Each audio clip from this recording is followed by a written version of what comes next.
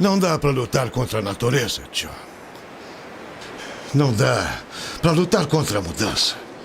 Não dá pra lutar contra a gravidade. Não dá pra lutar contra nada. A minha vida inteira, tudo que sempre fiz foi lutar. Então por que não desiste logo, Dutch? Não posso desistir agora. Não posso lutar contra a minha natureza. Isso é um paradoxo, John. Entende? Nesse caso, eu vou ter que matar você. Quando eu me for, vão encontrar outro monstro. Eles têm que encontrar. Porque precisam justificar seus salários. Esse é o negócio deles.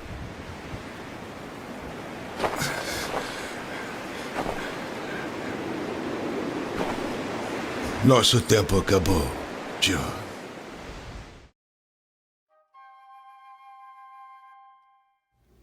Uma filosofia que eu acho bastante intrigante é de que um vilão, muitas das vezes, é apenas o outro lado de uma história de uma forma incompreendida. No mundo dos jogos, temos diversos vilões incompreendidos.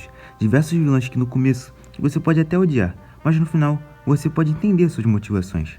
Mas o personagem de hoje é um caso contrário desse exemplo.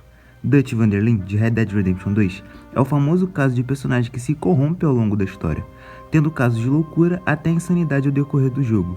E hoje vamos entender como Dutch mudou e agiu durante a campanha de Red Dead 2.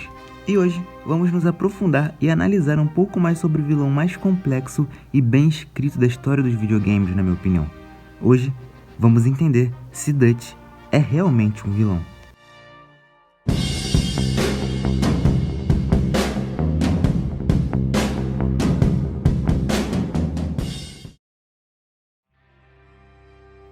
Para falarmos de Dutch, obviamente precisamos entender mais sobre o personagem e o seu contexto. Em Red Dead Redemption 2, tivemos informações sobre quem era Dutch antes do início do jogo. Dutch e a vida de crimes sempre andaram lado a lado. Ele fundou sua gangue bem novo, junto com Hosea, seu braço direito. Ele também praticamente criou Arthur, o protagonista do segundo jogo, cuidando e criando ele desde bem novo, praticamente o adotando como filho. Fato é que Dutch é um criminoso da pior espécie. Mas no começo de Red Dead 2, podemos ver que ele se importa com os membros da sua gangue, soldados e mulheres que estão ali. Ele segue muito a conduta de proteger os seus. Isso fica bem claro desde sempre.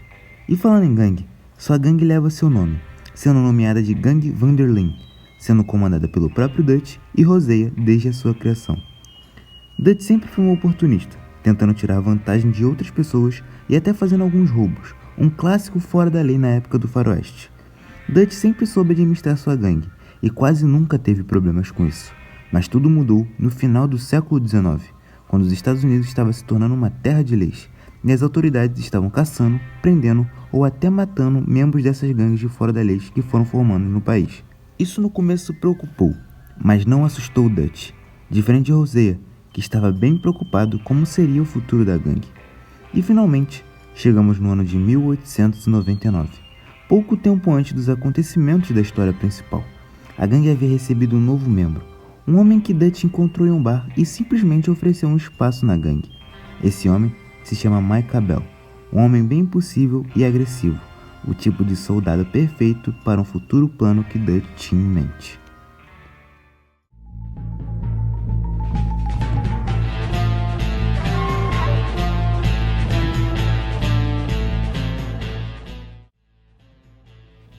O massacre de Blackwater é o caso bem complicado, talvez a maior mancha na história da gangue.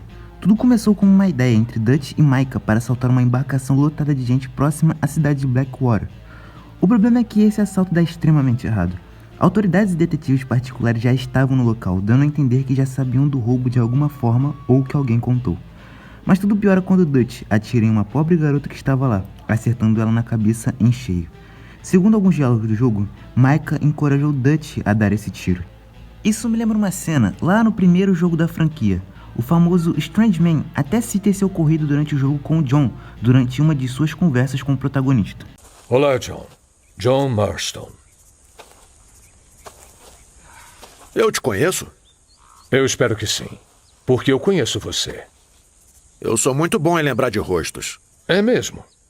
Se lembra do rosto da Heidi McCourt? Quem? Foi uma garota que Dutch Vanderland atirou na cabeça naquele assalto na balsa há uns anos atrás. Garota bonita, só que os olhos dela ficaram pendurados pelos tendões e o cérebro foi espirrado na parede. Lembro, não. Então, como se lembra de mim, amigo? Você esqueceu de pessoas mais importantes que eu. Algumas pessoas dizem que Dutch começou a enlouquecer durante a campanha do jogo. Mas depois desse diálogo que temos no Red Dead 1, fica claro que Dutch sempre apresentou alguns sintomas leves de loucura e insanidade. Parte disso deve ter sido de quando Micah entrou para a gangue, porque não é possível que Dutch vai ouvir essa ideia de merda do Micah sobre roubar um navio da alta classe e vai dizer: "Que ideia do caralho, meu irmão, partiu." Mas ao decorrer da campanha do segundo jogo, pelo menos no começo, Dutch parece agir normal, ao menos até quando as coisas começam a dar errado. Com a pressão das autoridades americanas, a gangue começa a ter problemas financeiros e morais, sendo forçados a darem golpes e fazerem grandes roubos, onde em um desses roubos, o segundo líder da gangue, Hosea, acaba sendo morto. This is America! You can always cut a deal! I've given you enough chances. No!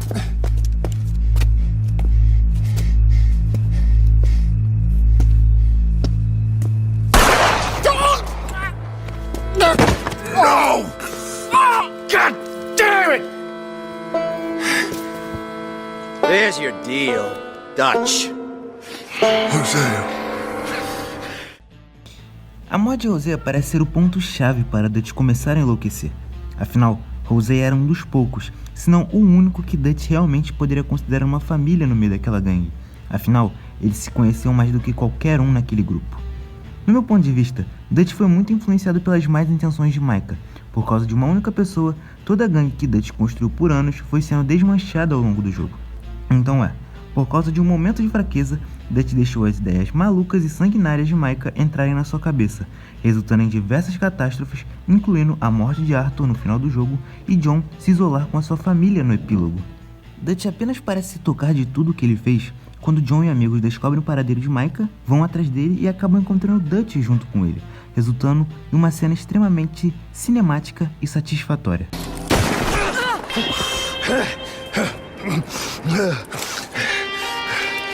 You shot me.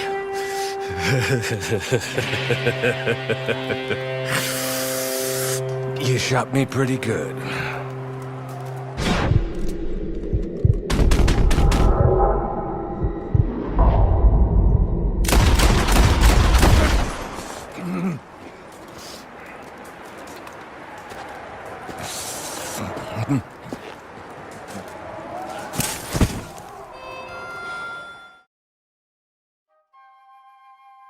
Após Micah morrer diante de seus olhos, Dutch apenas sai andando sem dizer uma única palavra.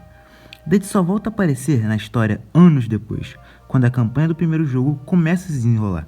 John e Dutch se caçam durante quase toda a campanha, mas em um momento final, onde John encurrala Dutch, ele parece arrependido e começa a falar um monte de coisa sem sentido. E no final, ele se joga do precipício que estava atrás cercando ele, fazendo assim o fim do nosso vilão finalmente chegar a uma conclusão. Na minha opinião, Dutch não é um vilão e passa longe disso. A verdade é que Dutch apenas enlouqueceu, algo que poderia acontecer tanto comigo e tanto com você. Os últimos momentos de Dutch em Red Dead 2 mostram que ele ainda assim tinha a humanidade dentro de si, atirando em Micah para salvar a vida de John e Sadie. Mas infelizmente, parece que no Red Dead 1 ele finalmente perdeu a cabeça e enlouqueceu de vez, se tornando uma pessoa repugnante. Talvez a obsessão de Dutch por sucesso e dinheiro tenham ajudado ele a perder a linha da sanidade, o que é muito triste. Mas eu não posso culpar. Para uma pessoa que perdeu tudo e todos que ele amava, o mínimo que pode acontecer é ele enlouquecer. Isso é lógico. Como eu disse, pode acontecer com qualquer um. Mas o intuito desse vídeo é simplesmente mostrar um lado de Dutch que talvez muitos de vocês não conheçam. Um lado onde ele simplesmente é um ser humano, alguém que sofreu com traumas e perdas. Mas enfim, esse foi o vídeo de hoje. Se você acompanhou até aqui, eu peço de coração, deixe um like e se inscreve aí para poder me ajudar. Falta menos de 100 inscritos para batermos a meta de 1k.